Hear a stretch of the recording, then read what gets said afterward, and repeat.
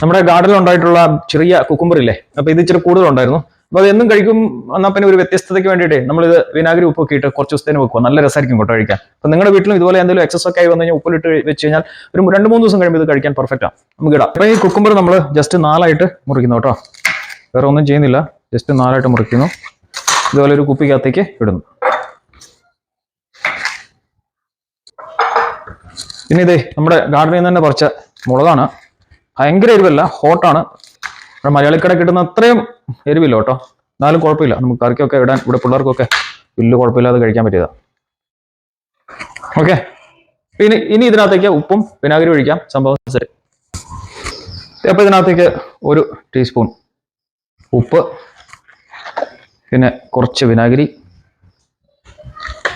പിന്നെ കുറച്ച് വെള്ളം. ഇതൊന്ന് മുങ്ങിക്കിടക്കാൻ.